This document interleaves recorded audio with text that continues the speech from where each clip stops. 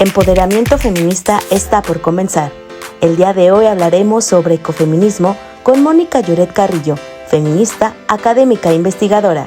También realizaremos nuestras fórmulas de empoderamiento. No te muevas, ya vamos a comenzar. ¿Cómo estás? Bienvenida, bienvenidos, por supuesto, también a Empoderamiento Feminista en una emisión más de esta segunda temporada de este gran proyecto que el Partido de la Revolución Democrática produce como un espacio donde podemos dialogar, donde podemos escuchar a nuestras grandes invitadas e invitados desde la academia, desde la sociedad civil, desde la política, con el único objetivo de que tú tengas el acceso a las herramientas que como mujeres, en el caso de este espacio, de este programa de empoderamiento feminista, nos puedan ayudar a contribuir en nuestro fortalecimiento político, sí, también en nuestro liderazgo, también en cómo podemos ir saliendo cada día adelante, cómo construir herramientas que como mujeres nos permitan acceder absolutamente a todos nuestros derechos de manera plena. Pues bienvenidas, bienvenidos. El día de hoy tenemos un gran tema que yo estoy segura que ya has escuchado por ahí, tal vez en redes sociales, tal vez en algún artículo que leíste en el periódico, tal vez en la televisión, pero que aún falta visibilizar, pero sobre todo comprender. Vamos a hablar sobre ecofeminismos y para ello quiero presentarte a nuestra invitada del día de hoy.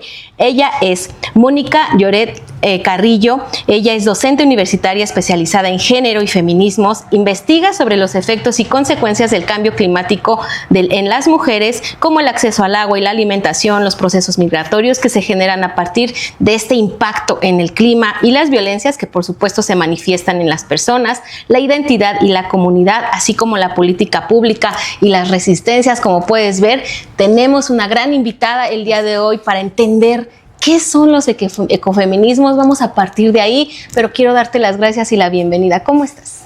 Estoy muy bien, Gaby. Muchas gracias por la invitación. Gracias a ti de verdad por acompañarnos en un tema que a mí en lo particular me interesa mucho conocer, porque uno puede estar inmerso en nuestro propio tema, en algún tema político, en el feminismo per se, pero no conocemos toda esa pluralidad que hay dentro, ¿no? Hablemos de ecofeminismo. ¿Qué es? ¿De qué se trata? ¿Con qué se come?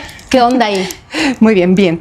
Pues el ecofeminismo, bueno, hablemos mejor de ecofeminismos en plural.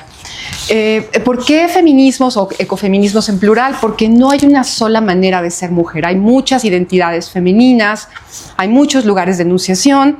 No es lo mismo una mujer indígena que vive en la ciudad que una mujer académica, como claro, es mi caso, ¿no? Que también vive en la ciudad. O sea, aunque compartimos o aparentemente habitamos el mismo espacio, es diferente la experiencia.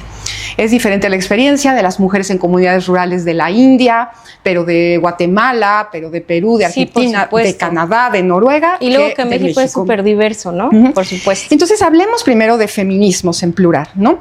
Y luego ecofeminismo. Y el ecofeminismo lo podemos nombrar como una corriente de pensamiento. A mí me gusta más decir que es un movimiento social que encuentra una relación directa entre, por un lado, la ecología y los feminismos, ¿no? La ecología que lo que busca o ante lo que se impone es hacia el daño, hacia la naturaleza y cómo nos representamos con la naturaleza, es decir, la especie humana, pues, encima de todo lo demás, ¿no? Claro. Como una suerte de especismo, ¿no? Y el feminismo o los feminismos en donde las mujeres somos subordinadas por lo masculino, ¿no? Donde hay un sistema que se llama patriarcado, pues, ¿no? Que le da más poder a los hombres por encima de las mujeres. Y aquí con mujeres quiero decir que independientemente de la corporalidad, ¿no? Mujeres claro, como un constructo social. Claro. Entonces, el ecofeminismo es como esta interrelación que hay entre cómo el sistema que se llama capitalismo, ¿no? Entre cómo el capitalismo, pero también el colonialismo, hacen un extractivismo y una violencia desmedida a la naturaleza y no reconocen el valor de la naturaleza, ¿no? Y con naturaleza estoy hablando de animales, bacterias, plantas, aire, etcétera. Y cómo el patriarcado hace lo mismo con las mujeres. Entonces, aquí hay un punto en donde podemos empezar a hablar, y de ahí le ponemos, ¿no? Esta corriente que nombramos como ecofeminismos. ¿Cuáles son los ejes de discusión dentro de estos ecofeminismos?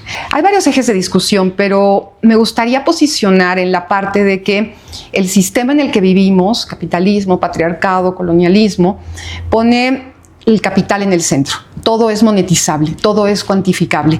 Y en ese sistema se esconden muchos trabajos que no se consideran trabajos, ¿no? El mismo trabajo de la naturaleza, la fotosíntesis, la polinización, etc. Y en el caso de las mujeres, se esconde el trabajo de las mujeres que soporta el capitalismo. Entonces, lo primero que tendríamos que posicionar es, mientras el sistema pone el capital en el centro, el ecofeminismo propone poner la vida en el centro y todo lo que implique la vida. Entonces son estas dos líneas de acción. Ese sería como el primer eje que me gustaría poner ahí como para poder discutir, ¿no? Definitivamente hay más ejes, tal vez la vulnerabilidad, la interdependencia. ¿Qué nos puedes comentar de esto? A la hora que decimos o en el momento que afirmamos que ponemos la vida en el centro, quiere decir, nosotros como especie humana nos tenemos que considerar vulnerables. Somos vulnerables en medida que nos enfermamos, en medida que sentimos dolor, en medida que si nadie nos cuida, que si nadie provee cuidados, no nada más de alimento y de salud, sino cuidados espirituales, si no tenemos una comunidad que nos arrope, no vivimos. Es decir, somos vulnerables, claro, porque somos tan vulnerables como es un lago, como es un bosque, como es un árbol, como es un animal, como es un ave, ¿no? Y somos interdependientes porque dependemos de otros y de otras para que nos cuiden. Pasamos la mayor parte de nuestra vida cuidando o al cuidado de alguien. Entonces, los conceptos vulnerabilidad e interdependencia tienen que ver con porque soy vulnerable, necesito que alguien provee esos cuidados o algo, o un sistema. Claro, otro de los ejes que, tiene todo que ver, yo creo, justo cuando nos hablas de cuidado, pero también de territorio. ¿Cómo se discute el territorio en el ecofeminismo? Podemos hablar tal vez de las zonas rurales, yo me las imagino, quiero entenderlo así. Y si dentro de este análisis de estos ejes de discusión, tú has estado cerca en la manera del estudio, del análisis de estos temas, puedes comentarnos, tal vez para que nosotros de manera más gráfica, las personas somos de una imaginación, al imaginarlo lo podemos tal vez comprender un poco mejor. ¿Cómo se discuten estos ejes, territorio, cuidado, y en dónde? Cuéntanos un poquito más. Claro que sí, gracias Gaby por la pregunta. En principio el concepto territorio, que está totalmente ligado al cuerpo, es un concepto postcolonial, es decir, el concepto territorio no se encuentra dentro del ecofeminismo como tal, porque es un concepto que trabajan mucho más las compañeras que nos gusta nombrar feministas comunitarias, y aquí me gustaría regresar un poco. Cuando hablamos de ecofeminismo estamos hablando de una construcción occidental de la intersección entre feminismo y ecología. Sin embargo, en otras latitudes del mundo y en otros grupos, hay compañeras o grupos de mujeres que se sitúan con el mismo imaginario de ecofeminismo, pero no se nombran ecofeministas, ¿no? Se nombran quizá feministas comunitarias o tienen algún otro nombre de esas luchas, pero el imaginario es el mismo, ¿no? Y son ellas, las feministas comunitarias o especialmente las feministas en América Latina, quienes nos hablan del concepto cuerpo-territorio. Y ese concepto lo trabajo mucho en mi investigación, ¿no? Y pensamos, bueno, primero, el cuerpo, ¿no? El cuerpo como un territorio. Ok. Eso sería como, y es una cuestión conceptual, pero como este cuerpo que tiene que ver con la maternidad y con lo que se espera de las mujeres por sistema. De manera más biológica.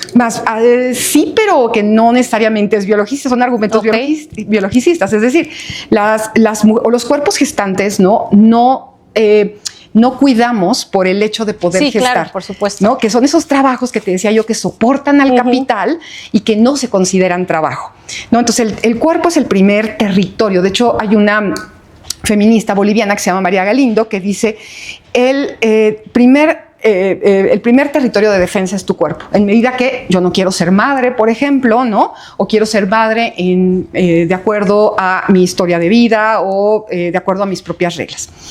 Hablando específicamente de territorio, pensando lo más grande y que es a lo mejor con lo que la audiencia se puede relacionar, el territorio no solo es un espacio geográfico con fronteras. Quizás sí lo pensamos porque en el mundo occidental y en la construcción y el imaginario occidental vivimos en un territorio. Vivimos en ciudades, vivimos en estados, vivimos en países que tienen líneas territoriales muy claramente marcadas. Claro. Pero ¿qué pasa en este concepto que les digo que es de las mujeres que trabajan en la tierra, de las mujeres que generalmente son mujeres indígenas, ¿no?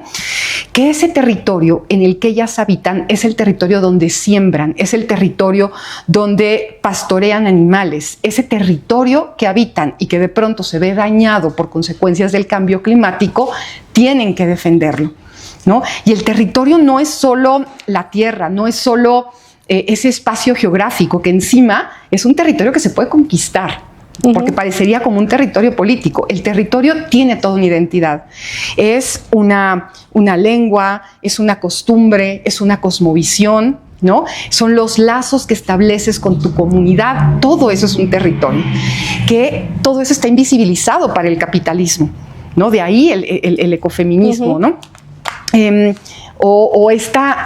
Este gran tema de qué es lo que invisibiliza el capitalismo, porque el capitalismo no le pone un valor a los lazos comunitarios, al tejido social. Claro. No le pone un valor a eso, ¿no? Hay un concepto que se llama incluso tierra ociosa. Ah, pues esta tierra está ociosa. Le pone valor a lo que le puede tener, ¿no? Un valor desde su perspectiva, ¿no? Pero ¿cómo le pones valor a esto que se forma de manera comunitaria? Y es que justo cuando las mujeres que viven en territorios en donde se siembra y de repente tienen que ser desplazadas porque vienen, no sé, por cosas, por ejemplo, puede ser por falta de agua, porque no ha llovido, ¿no? Y entonces tienen que emigrar a las ciudades o lo que sea, no solo pierden ese lugar donde ellas habitaban, sino que se pierde la comunidad, la alimentación, ¿no? O sea, cuáles eran las costumbres de alimentación. Se pierde muchísimo más una relación con ese territorio. Y en las ciudades, ¿cómo se vive? Porque pues en las ciudades no siempre, de la ciudad entra todo el alimento y sale todo el desecho. En la ciudad entra el agua y se va por el drenaje. ¿Se han preguntado ustedes de dónde viene el agua que ustedes consumen y a dónde se va toda vez que la desechan? Igual la basura. Entonces, en las ciudades, el concepto de territorio también podemos traerlo en medida que hablamos, por ejemplo, de barrios, ¿no? Claro. Aquí es donde se nos deshace el concepto de territorio porque tenemos una vida demasiado rápida y porque no nos hacemos o no nos relacionamos con donde vivimos. Si yo vivo en un edificio, a lo mejor donde viven otras, no sé, 20 personas y yo no conozco a mis vecinos, se pierde este concepto de comunidad, ¿no? Que ¿cómo va a defender, por ejemplo, que nos talen un árbol? ¿O cómo va a defender que nos esté llegando agua contaminada? Sí, por supuesto, porque además hay factores externos a la parte ambiental que también me imagino, y yo quisiera preguntarte si en tu investigación puedes mencionarnos a lo mejor qué otros factores también amenazan los ecofeminismos, ¿no? O sea, cuando tú me hablas de las mujeres que aran la tierra, que cuidan y que incluso generan una conexión incluso hasta espiritual, porque también así entiendo esta parte del territorio, ¿no? Esta conexión más ancestral, incluso más una cuestión como te digo, espiritual, pero también la parte de políticas públicas que no tienen un apoyo para poder seguir teniendo herramientas que lo hagan más fácil. Por supuesto, hablamos de un país como México, en donde el narcotráfico lamentablemente utiliza esas tierras, utiliza la misma gente. En esta investigación que tú realizas, ¿qué factores externos amenazan a los ecofeminismos? Porque creo que son bastantes, pero me interesa saber los que tú has podido encontrar en tu investigación. Claro, mi investigación se centra especialmente en mujeres y agua. Sin embargo, la falta de agua, la carencia de agua o el agua contaminada es un efecto de lo que en el mundo occidental llamamos cambio climático, ¿no? El cambio climático está generado por diversos factores, ¿no? Y uno de estos es el incremento en la temperatura ¿no? Y por el uso de los combustibles fósiles. Cuando tú tienes un incremento en la temperatura, lo que nos está pasando hoy en la Ciudad de México, que tenemos unas temperaturas récord, ¿no? en esta ciudad, y que nos está empezando a hacer falta el agua. Estamos hablando de que también en las ciudades tenemos estos efectos del cambio climático. Ahora imagina, ¿no? Sí, claro. En las comunidades, que son las que están en la periferia, pero en las comunidades en donde se siembra, etcétera, en donde no llueve, ¿no? Donde no puedes depender de que llegue una pipa de agua o que haya un sistema de riego que riegue, ¿no? Donde dependes de que llueva y no puedes sembrar, y de eso depende tu economía. Claro. O sea, y hay una afectación diferente. Ahora, hay una afectación para esas comunidades, tanto de varones como de mujeres, pero ¿por qué afecta diferenciadamente a las mujeres?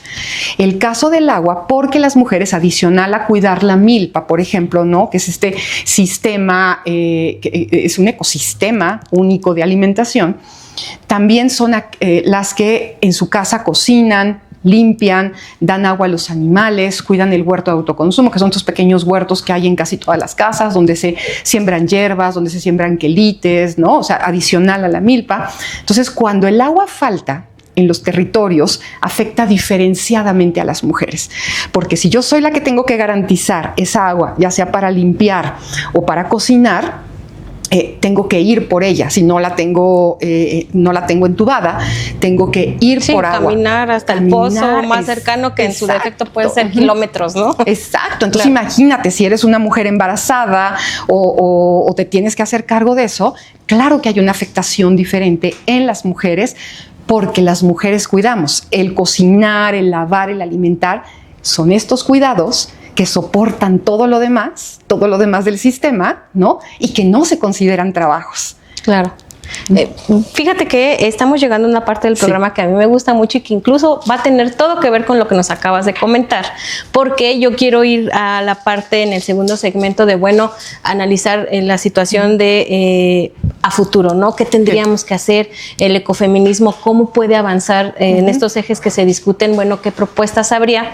Pero quisiera invitarte a nuestro laboratorio a que juntas hagamos una fórmula muy concreta y muy rápida para que las mujeres conozcan el ecofeminismo, pero que también puedan tener acceso a un medio ambiente sano. ¿Qué te parece? Claro, me parece muy bien. Pues vamos para allá. Sí. Vénganse ustedes que nos ven también, vénganse para acá. Te sigo. Vamos para acá, por favor. Y vamos a antes que nada vamos a protegernos, porque en el laboratorio no nos dejan entrar, sino nos protegemos como es debido. Y está cerrada, ¿verdad? Pero la abrimos. Ok. Listo. Pues vénganse por acá, de este lado. Hola, Diana.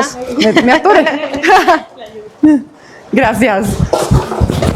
Bueno, para trabajar en el campo no necesitamos bata. Las mujeres sabemos muy bien que... Sí, en el campo... No, y también para trabajar en nuestros hogares, porque es bien importante, compañeras, el trabajo que hacemos de cuidar es trabajo y soporta todo lo demás. Correcto. Todo el pues, aquí vamos a ir poniendo nuestra fórmula, y yo quisiera que tú nos dijeras cómo hacemos una fórmula. Primero, para que los ecofeminismos sean mejor entendidos, pero sobre todo visibilizados, por supuesto, y que sean atendidos. ¿Cómo le vamos haciendo? ¿Qué le vamos ¿Qué hago? ¿Tomo algo de esto y lo echo allá? Sí, por supuesto. Y si no, tú me dices y yo lo pongo. Va. A ver, déjame empezar. Bueno, lo primero es revisar la relación que tengo con la tierra, con la vida. No en un sentido de extraer, sino en un sentido de cuidar, de relacionarme, porque soy parte del ciclo de la vida. Correcto. Recuerden esto de vulnerabilidad. Si la tierra no está bien, si la tierra está enferma, yo soy parte de ese sistema y me enfermo. Entonces, lo primero es cambiar la relación que tengo con las otras especies. Perfecto. ¿Qué más podemos hacer? Creo que tendríamos que buscar la manera en que, y no nosotras, esto sí es política pública y eso tiene que ver el Estado y las instituciones. Uy, por aquí tengo presupuesto, ¿eh? ¿Sale? Entonces, a ver, instituciones, Estado, póngase las pilas, porque vamos a trabajar en reconocer que los cuidados son un trabajo. Claro. Y vamos a trabajar en que exista política para que nuestros compañeros, para redistribuir los cuidados, ¿no? Que tienen que participar todas las personas de la casa, ¿no? Pues sí, de la familia, y esto implica que habría que redistribuirlos Y también tendría que haber política pública, ¿no? En cuanto a generar, por ejemplo, permisos de paternidad, ¿no? Es decir, las mujeres no somos las únicas que cuidamos en comunidad y también cuidan los varones. Redistribuirlos. Y eso no se llama mi esposo me ayuda o mi pareja me ayuda, eso se llama ser humano funcional. Por supuesto, ser un adulto responsable y funcional, no nada de que te ayudé y te doy una sorpresa, no. Y fíjate que ahorita que mencionaste el sistema de cuidados, el Sistema Nacional de Cuidados, creo que tendría que adoptar también medidas hablando de ecofeminismos, porque definitivamente los cuidados que podemos conocer o incluso realizar en una urbe, en una ciudad, que a lo mejor tú te puedes imaginar, o incluso eres una mamá que tiene un horario laboral de 8 a 6 de la tarde y deja a su hijo en la guardería y se sube al camión, al metro. Hablamos de una situación muy metropolitana, muy citadina. Pero ¿qué hay de un sistema de cuidados en el campo? Un sistema de cuidados rural, donde igual me imagino a una mujer que va a arar la tierra y que también hace una doble jornada porque a su mismo tiempo se hace cargo del cuidado de su familia, del cuidado de los hijos, y yo creo que también tendría que adoptar ese Sistema Nacional de Cuidados una perspectiva desde el ecofeminismo para garantizar políticas públicas que tengan, que las mujeres del campo puedan accesar para poder garantizar que realicen su trabajo de manera segura, aunque sea en el campo, pero que también sus hijos y demás familia, porque cuando hablamos de cuidado, recuerden que no nomás estamos hablando de los hijos, personas de la tercera edad, que también hay en el campo. O sea, hablar de sistema de cuidados, pero también en esa perspectiva creo que sería muy importante. Sí, y a mí me gustaría no dejar, o sea, no pensar que el sistema de cuidados va a resolver todo. Claro. ¿No? Tenemos como herramienta. Exacto. No, sí, y el Estado tiene que organizar, ¿no? Pero necesitamos regresar a la comunidad. Claro. Si tú no conoces la ciudad, ¿no? A tus vecinos, a tu familia, a la gente, de nuevo, de tu barrio, ¿no? Si no regresamos a la comunidad, si no regresamos a la colectividad, por más que el Estado haga o deshaga, ¿no? Incluso también para exigirle al Estado, ¿no? Entonces yo también le pondría el tema de trabajar colectivamente, trabajar en comunidad. Me cuesta un poco hablar del sistema de cuidados en cuanto a como un sistema de bienestar en que se pagan o se retribuyen, porque por supuesto que lo tiene que hacer el Estado, pero tenemos también que buscar cómo, y creo que estoy repitiendo, ¿no? Regresar a esta comunidad, ¿no? Sí, eso. Y a la colectividad. A la colectividad, ¿no? Por supuesto, a la colectividad. Yo le voy a poner también, porque un sistema de cuidados, una política pública, pues no puede ser sin ¿qué? Pues sin presupuesto, ¿no? Dicen que una ley sin presupuesto, pues nada más está de adorno. Entonces, cualquier política pública, cualquier ley, cualquier herramienta que el Estado puede proveer, si no tiene presupuesto, no tiene ese alcance para cumplir su objetivo. Entonces creo que es muy importante que podamos integrar presupuesto a cualquier política pública, si vamos a hablar de captación pluvial, para que el agua no nos falte, y eso a su vez a las mujeres, por supuesto, que nos beneficia de gran manera, a todos, pero también a las mujeres. Pues qué presupuesto hay de por medio para incentivar a la ciudadanía, para incentivar a las mujeres a tener una herramienta. Por ejemplo, estoy hablando en ese tema de la captación pluvial, pero puede haber muchas otras cuestiones, otras políticas públicas que funcionarían de manera integral, de manera enorme. Entonces yo creo que el presupuesto es súper importante. Sí, y ahorita que hablas de captación pluvial, la cosecha de agua se hace muy bien en algunas comunidades. En la ciudad casi no lo hacemos y me parece que tendríamos que hacerlo todos y todas. Y en eso también quisiera hablar de cómo comunidad podemos exigirle a las empresas y podemos exigirle al Estado que limite o más bien que tenga reglas diferentes con la industria, porque estamos en un punto en que puedo yo hacer muchos cambios en mi manera de consumir y puedo hacer muchos cambios de manera individual, pero necesito poder exigirle a las empresas que no se roben el agua.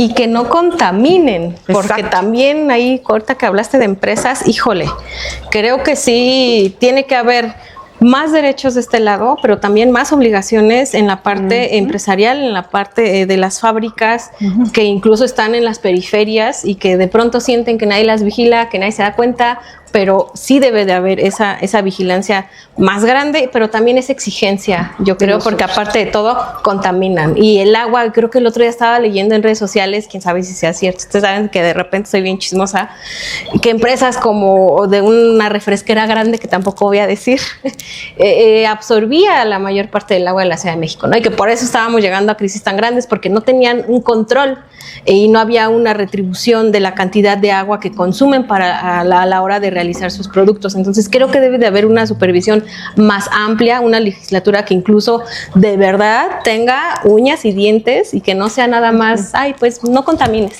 ¿no? Te exhorto a que lo hagan en realidad como una obligación. Reglas y leyes hay, no son lo suficientemente fuertes, pero a ver, es que si todo lo voy a solucionar a base de leyes y reglas, a lo mejor tendría que regresar a la parte de poderme hacer consciente del daño que estoy haciendo, porque la mayoría de la industria te va a decir es que yo genero trabajos. Conciencia, por ejemplo. Sí, conciencia. Pero ¿qué tipo de trabajos genero?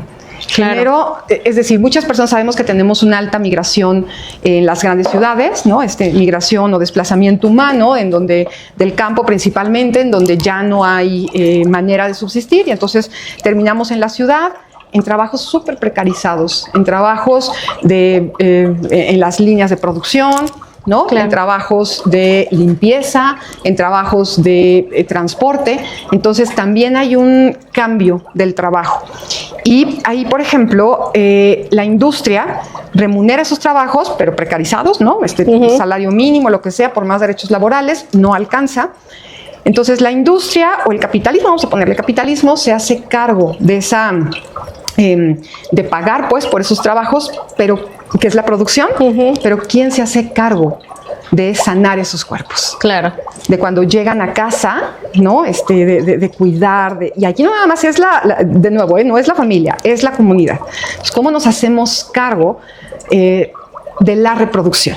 Por supuesto. No nada más de la producción. Entonces yo también le voy a poner aquí, hacernos conscientes, conciencia, que tenemos que trabajar de manera comunitaria para hacernos cargo de esos cuerpos. Ahí está. Pues conciencia, colectividad, presupuesto, por supuesto.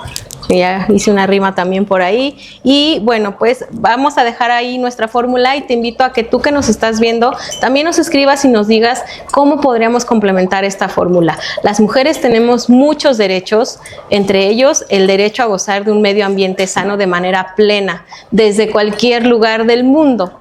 Hablemos de México, desde cualquier parte de nuestro país, que además es un país muy diverso. Para ello necesitamos, sí, el trabajo del Estado, pero como dice nuestra gran invitada, también necesitamos conciencia de nuestros propios cuerpos, de nuestro cuidado y del territorio físico y geográfico, incluso espiritual en el que vivimos. Tenemos que también tener todas esas herramientas y todas esas partes. Pero a ti, ¿cuáles otras se te ocurren? ¿Por qué no nos las compartes, nos las escribes aquí abajo? Y nosotras mientras nos regresamos a nuestra segunda parte del programa. ¿Qué te parece si nos vamos para allá? Gracias. Pues vámonos para allá. Y mientras, pues comercial, gracias. Por favor, compartan todos estos espacios. Qué calor con esto.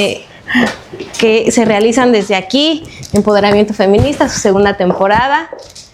Y bueno, pues vamos a seguir platicando porque este tema de los ecofeminismos, pues es un tema que yo te lo comentaba fuera de cámara. Creo que se tiene que visibilizar y se tiene que entender, porque justo hablamos de pedir conciencia sobre un tema como el ecofeminismo. Creo que tenemos primero que entender qué es el ecofeminismo para poder llegar a un nivel de conciencia, ¿no? Y lo mismo cuando le podemos exigir pues al Estado, cuando le podemos exigir a las empresas que cumplan sus partes, bueno, pues entender claro, qué es el ecofeminismo. Por eso creo que es un tema muy importante y quisiera que tú nos hablaras un poquito sobre algunas de sus corrientes, claro, para entenderlo mejor.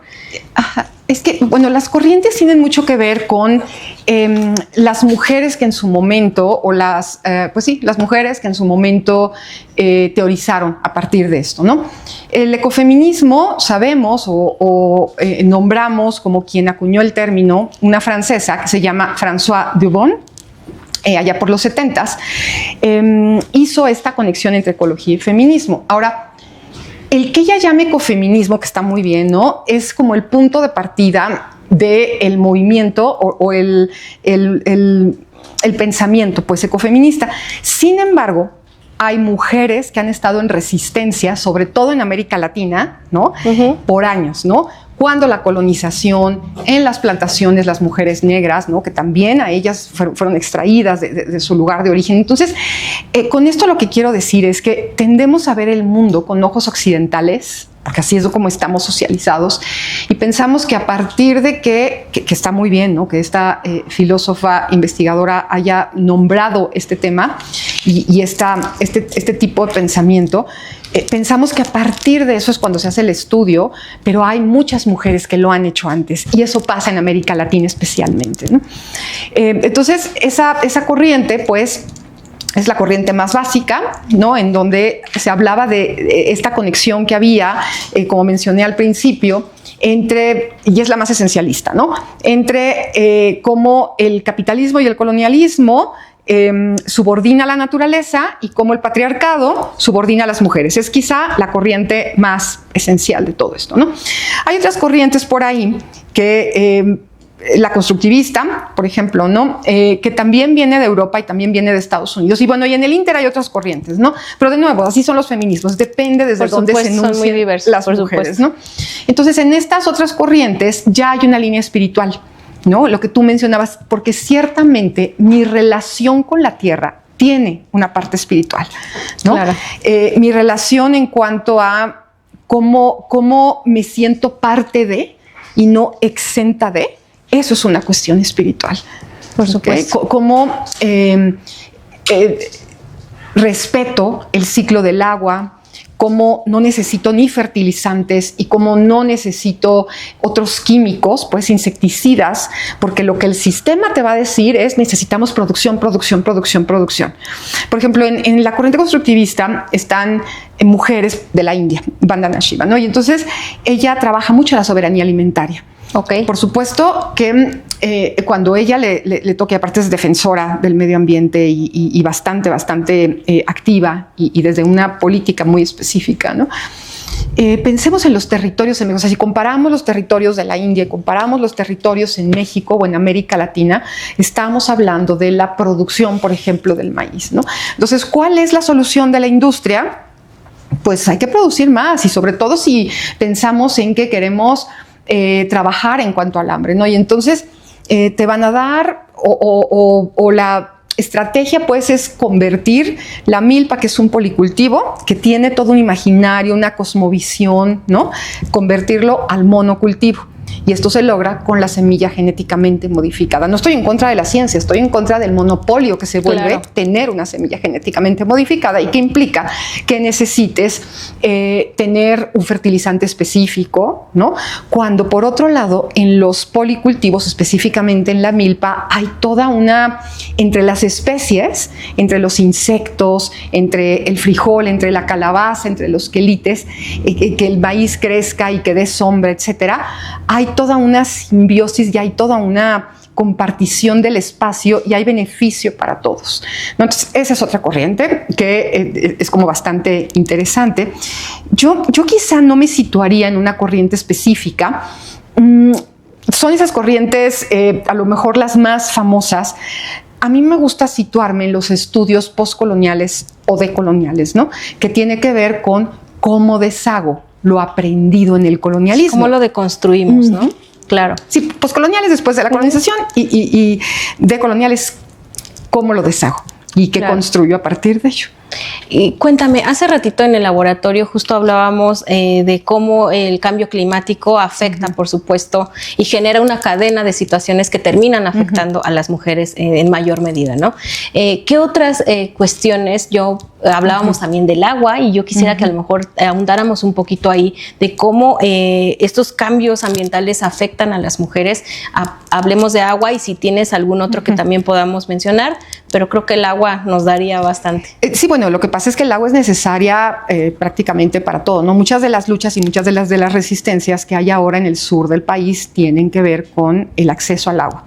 ¿Por qué? Porque toda esta, en este territorio, bueno, ustedes saben, ¿no?, que en la Ciudad de México, no sé qué tanto saben, en la Ciudad de México, el agua que recibimos viene de los pozos, porque esto era un manto acuífero, no era un manto, perdón, era aquí había agua, la ciudad está construida sobre agua, es decir, hay depósitos de agua, y en parte del sistema Cutzamala. Es decir, el sistema Cutzamala trae una parte de agua de otro territorio.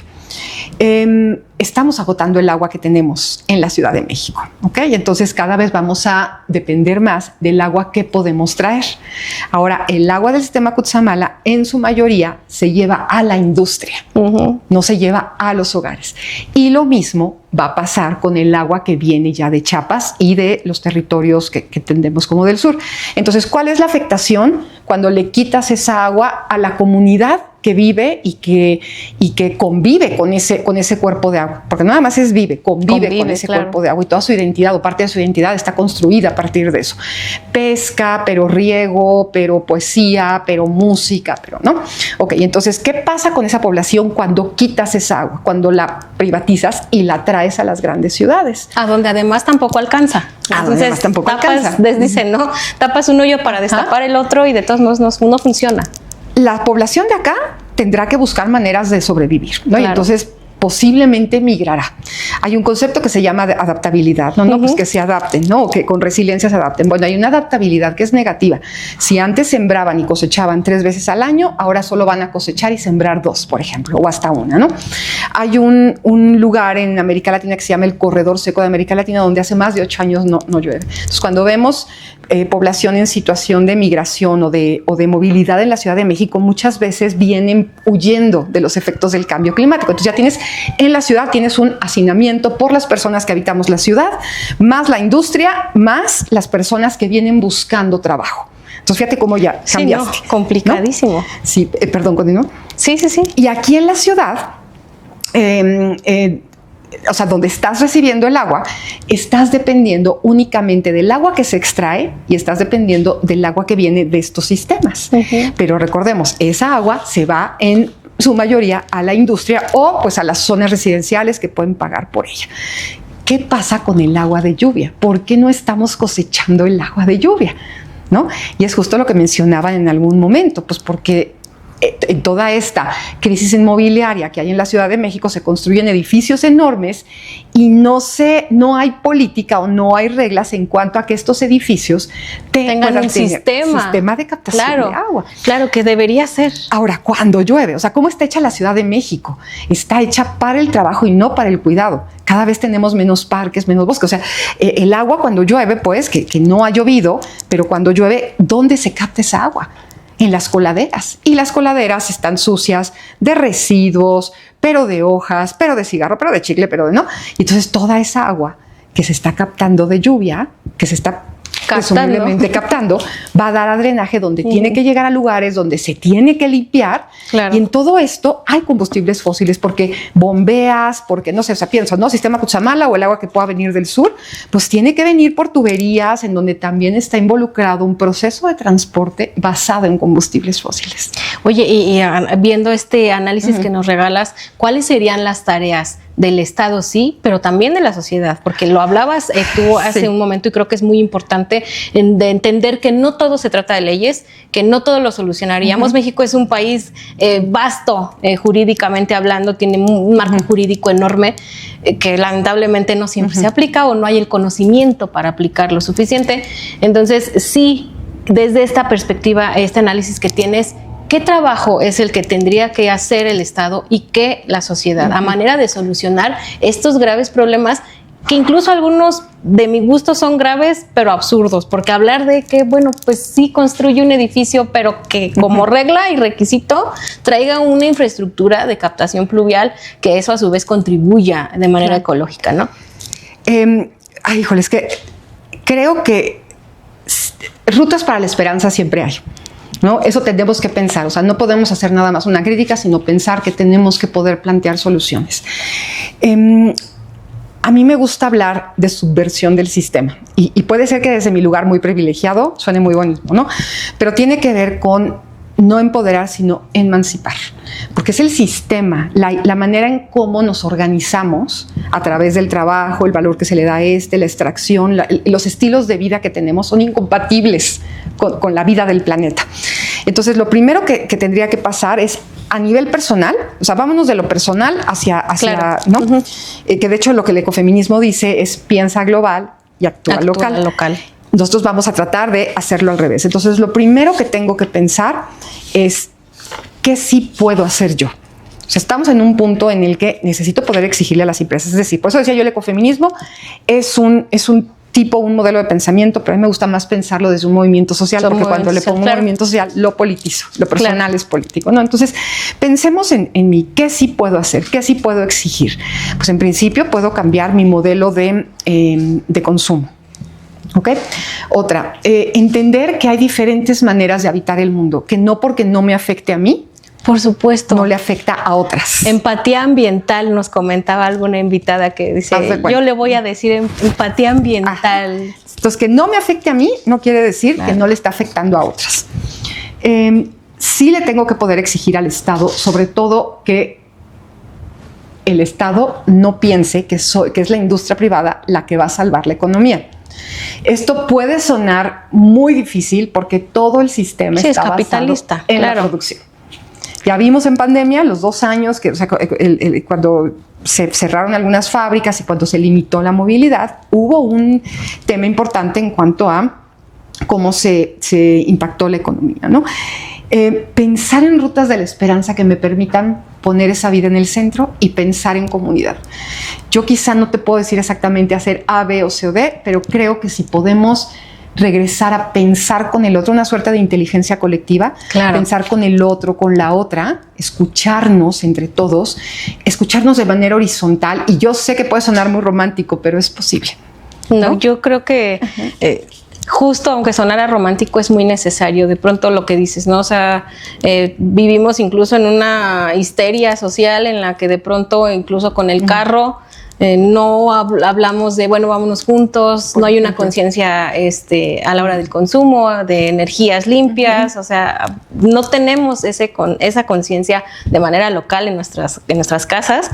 Yo quiero preguntarles a ustedes, pónganse esa tarea, ¿cuántos de ustedes de verdad reciclan la basura y la separan como debe de ser? ¿Cuántos tienen?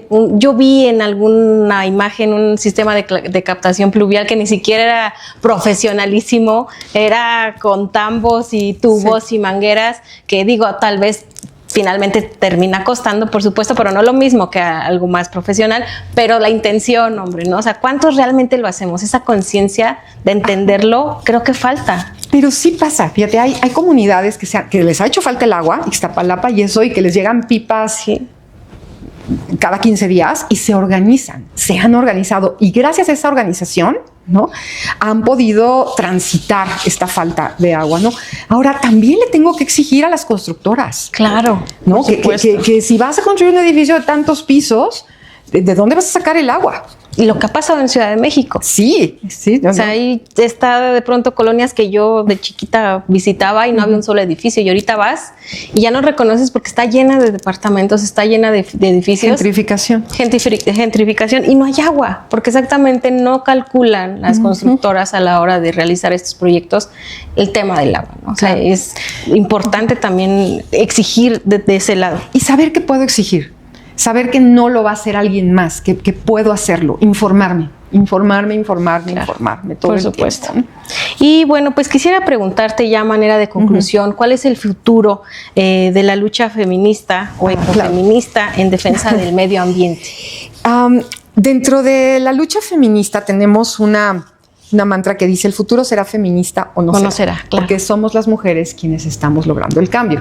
Es decir, en los últimos, en lo que va de este siglo, 24 años, los grandes cambios los estamos haciendo las mujeres, compañeras, de nuevo. Nos enunciamos desde lugares diferentes, ¿no? Yo puedo hablar desde el privilegio que tengo y no es lo mismo que una mujer, por supuesto, que vive en Ecatepec y trabaja en Tlalpan y que tiene 2 horas de camino, ¿no? Entonces, ¿cómo nos vamos a organizar? Ahora, la lucha ambientalista, que tiene que ser parte, o tendría que ser parte de los feminismos, pues en medida que nos organicemos mejor, y ahí vamos, pasos chiquitos, pero ahí vamos, ¿no? Entonces, ¿qué es lo que vamos a exigir y desde dónde lo vamos a exigir? ¿Qué rutas nos vamos a trazar y cómo nos estamos pensando? ¿Cómo nos vamos a pensar? Si estamos poniendo toda nuestra fe en las energías limpias, que las energías limpias es una gran falacia y es una suerte de colonialismo verde, ¿no? Si vamos a poner toda nuestra fe en la tecnología y la ciencia, tenemos que poder criticar a qué ciencia, a qué tecnología nos estamos adscribiendo. No estoy en contra de ello, ¿no? Siento que tenemos que tener una conciencia más crítica en cuanto a qué es tener un campo eólico o qué es tener un campo solar como los que piensan poner en Sonora. Eso también es un desplazamiento de territorio. Por supuesto. La energía del agua, es decir, las energías limpias nunca son tan limpias y vuelven a ser una solución para seguir produciendo igual, es a lo que voy, ¿no? Entonces, sin un modelo diferente de producción que implica romperle al sistema, abrirle huecos al sistema, esto no va a avanzar. Entonces, más bien quiero que nos pensemos de manera diferente, que nos pensemos en cómo puedo generar cambios que no sean nada más como temporales, ¿no? Cambios mucho más permanentes. Por supuesto. Pues se nos ha terminado el tiempo, de verdad te agradezco enormemente que nos hayas acompañado el día de hoy. Yo sé que todavía nos falta muchos programas para seguir analizando los ecofeminismos. Como dices, es también un tema muy diverso, hay varias corrientes que son muy interesantes. Hemos podido platicar de algunas de ellas contigo el día de hoy, pero sobre todo y lo más importante, entender el ecofeminismo. Yo espero que ustedes que nos ven, que nos escuchan, tengan un poquito mejor y más clara la idea de qué son los ecofeminismos, y si no es así, bueno, pues ¿qué te parece si nos escribes tus dudas para que posteriormente en algún otro programa podamos tener una apertura más grande al tema, tengamos más información con nuestra invitada y por supuesto con más invitadas? Tú también, si quieres venir y lo sabes y sabes del ecofeminismo y quieres compartirnos, pues nos escribes y te invitamos. Este espacio es para ustedes. Muchísimas gracias por habernos acompañado. Muchas gracias a ustedes. Gracias, de verdad. Compartan el programa, coméntenlo. Yo soy Gaby Juárez. Siempre es un placer estar con ustedes.